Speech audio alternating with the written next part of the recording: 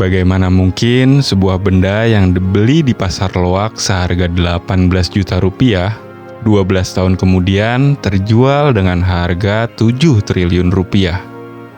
Ini bukan cerita tentang kripto atau investasi saham. Ini adalah kisah nyata tentang penipuan visual terbesar, keangkuhan manusia, dan penemuan paling menggemparkan dalam sejarah seni modern.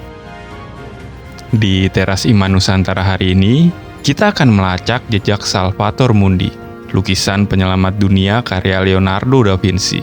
Sebuah mahakarya yang sempat hilang selama ratusan tahun, dianggap rongsokan dan tidak dipandang. Namun di balik sejarahnya yang gelap, lukisan ini menyimpan sebuah pesan spiritual yang sangat keras bagi kita para pria. Sebuah teguran tentang topeng kepalsuan, kerusakan jiwa, dan betapa mahalnya harga sebuah restorasi.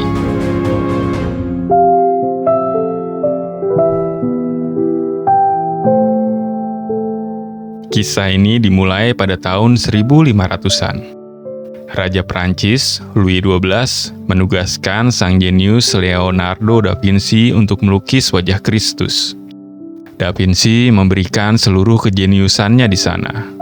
Detail ikal rambut yang presisi, serta tatapan mata yang menembus jiwa. Lukisan ini pernah bertahta sebagai harta karun di kamar pribadi Raja Inggris. Namun, tragedi perang saudara dan perebutan kekuasaan membuat koleksi sang raja tercerai-berai. Di tengah kekacauan sejarah itu, Salvator Mundi menghilang tanpa jejak. Sang penyelamat dunia lenyap dari pandangan dunia. Ketika lukisan ini muncul kembali di Inggris pada akhir abad 19, kondisinya sangat tragis. Papan kayunya keropos dimakan rayap. Dan yang paling parah, entah siapa pelakunya di masa lalu, wajah lukisan itu telah ditimpa dengan cat baru yang sangat kasar. Wajah Kristus yang tadinya penuh wibawa berubah menjadi kaku, murah, dan amatiran. Dunia pun tertipu. Tidak ada satupun yang sadar bahwa itu adalah karya Da Vinci. Dianggap sebagai barang rongsokan hasil jiplakan, lukisan itu hanya terjual seharga 120 pound sterling. Mahakarya itu kehilangan identitasnya karena tertutup oleh lapisan kepalsuan. Sobat, mari kita berhenti sejenak dan berkaca. Kisah lukisan ini mirip dengan cerita hidup kita. Berapa banyak dari kita, para ayah dan suami, yang diciptakan oleh Sang Maestro Agung sebagai mahakarya, namun hancur di tengah kerasnya perjalanan kehidupan. Kerasnya mencari nafkah, tekanan pekerjaan yang mencekik, dan luka batin yang kita pendam dalam hati, perlahan membuat jiwa kita dimakan rayap. Lalu apa yang kita lakukan? Sama seperti lukisan itu, kita menimpa wajah kita dengan lapisan cat kepalsuan. Kita memakai topeng pria kuat. Kita menutupi kegagalan dengan kesombongan. Keaslian ciptaan Tuhan dalam diri kita tertutup. Jauh di dalam lubuk hati, kita tahu identitas asli kita sebagai ciptaan Allah sudah memudar. Kita membiarkan dunia menilai kita dengan harga murah, karena kita sendiri lupa siapa yang menciptakan kita.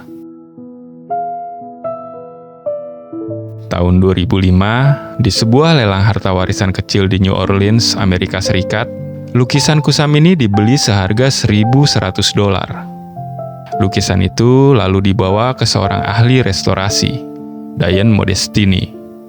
Dengan hati-hati, Diane mulai membersihkan lapisan cat kotor dan topeng kepalsuan yang menutupi lukisan itu. Proses ini memakan waktu bertahun-tahun. Perlahan-lahan, goresan asli mulai terlihat. Gradasi bayangan bibir yang sempurna, detail rambut yang menyerupai pusaran air. Diane merinding. Di balik lapisan cat murahan itu, tersembunyi goresan tangan sang maestro. Da Vinci ada di sana.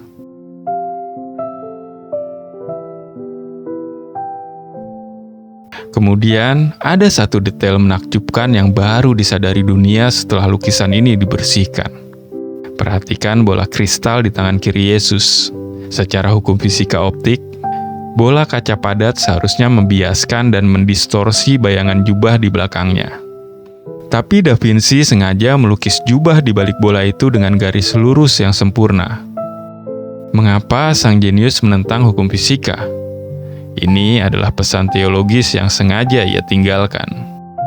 Da Vinci ingin berseru bahwa sang penyelamat dunia adalah pencipta alam semesta. Ia tidak tunduk pada hukum fisika ataupun logika duniawi. Dan ini adalah esensi dari pemulihan.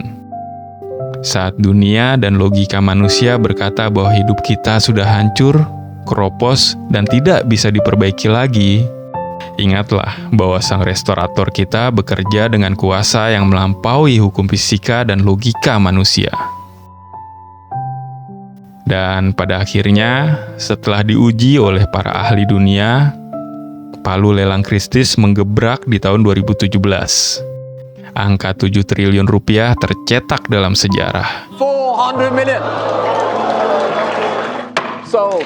Dari barang loakan yang terhina, kembali menempati tahta tertingginya. Saudaraku, ini bukan sekedar cerita sejarah seni. Ini adalah pesan untuk kita semua. Mungkin hari ini kita merasa hidup kita seperti lukisan rusak di pasar loak. Merasa kusam, gagal, dan kehilangan nilai kita sebagai seorang pria. Tapi percayalah, saat kita menyerahkan hidup kita ke tangan Tuhan, sang restorator agung itu akan mulai bekerja. Prosesnya mungkin menyakitkan. Tuhan harus menggunakan pelarut untuk mengelupas ego kita. Ia harus menghapus dosa-dosa tersembunyi, kecanduan, dan topeng kesombongan yang selama ini kita pakai. Ia akan mengikis habis cat kepalsuan kita. Tapi ia melakukan itu bukan untuk menghancurkan kita. Ia melakukannya untuk memunculkan kembali gambar dan rupanya di dalam diri kita. Untuk mengembalikan wibawa kita sebagai imam di tengah keluarga. Biarkan tangan Tuhan memulihkan kita. Jangan biarkan dunia memberi harga murah pada hidup kita, karena Sang Pencipta telah menebus kita dengan harga yang lunas terbayar. Sobat Teras Iman, jadilah penjaga iman keluarga yang telah direstorasi. Tuhan memberkati perjalanan kita semua.